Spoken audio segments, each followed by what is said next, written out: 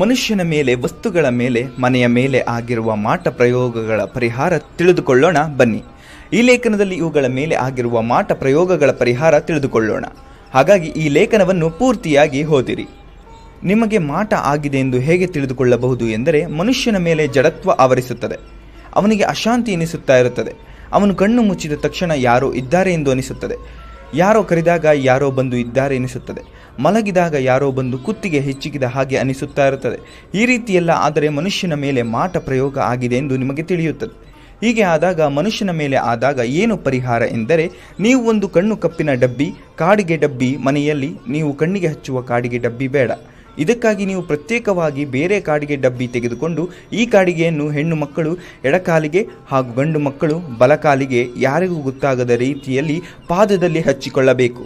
ಹಚ್ಚಿಕೊಂಡು ಮನೆಯಿಂದ ಹೊರಗೆ ಹೋಗಬೇಕಾದರೆ ಯಾವಾಗಲೂ ಗಂಡು ಮಕ್ಕಳಿಗೆ ಬಲಕಾಲಿನ ಪಾದದಲ್ಲಿ, ಹೆಣ್ಣು ಮಕ್ಕಳಿಗೆ ಎಡಕಾಲಿನ ಪಾದದಲ್ಲಿ ಕಪ್ಪು ಹಚ್ಚಿಕೊಂಡು ಹೋದರೆ ನಿಮ್ಮಲ್ಲಿ ಈ ರೀತಿಯ ನಕಾರಾತ್ಮಕ ಶಕ್ತಿಗಳು ಪ್ರವೇಶ ಮಾಡುವುದು ಬಹಳ ಕಷ್ಟ ಆಗುತ್ತದೆ.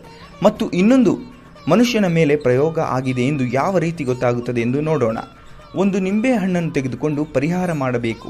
ಇದನ್ನು ತೆಗೆದುಕೊಂಡು ಒಂದು ಕರ್ಪೂರ ಇರಿಸಿ ಗುರುವಾರದ ದಿನ ಹಾಗೂ ಭಾನುವಾರದ ದಿನ ಯಾರಿಗೆ ಈ ಪ್ರಯೋಗ ಆಗಿದೆ ಎಂದು ನಿಮಗೆ ಅನಿಸುತ್ತದೆ ಅವರಿಗೆ ತಲೆಯ ಮೇಲಿಂದ ಈ ನಿಂಬೆ ಹಣ್ಣನ್ನು ಕೆಳಗೆ ತೆಗೆಯಬೇಕು.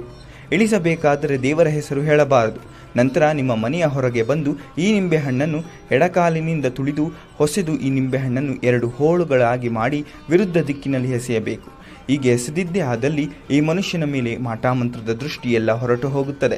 ಮನೆಯ ಮೇಲೆ ಸಹ ಇದೆ.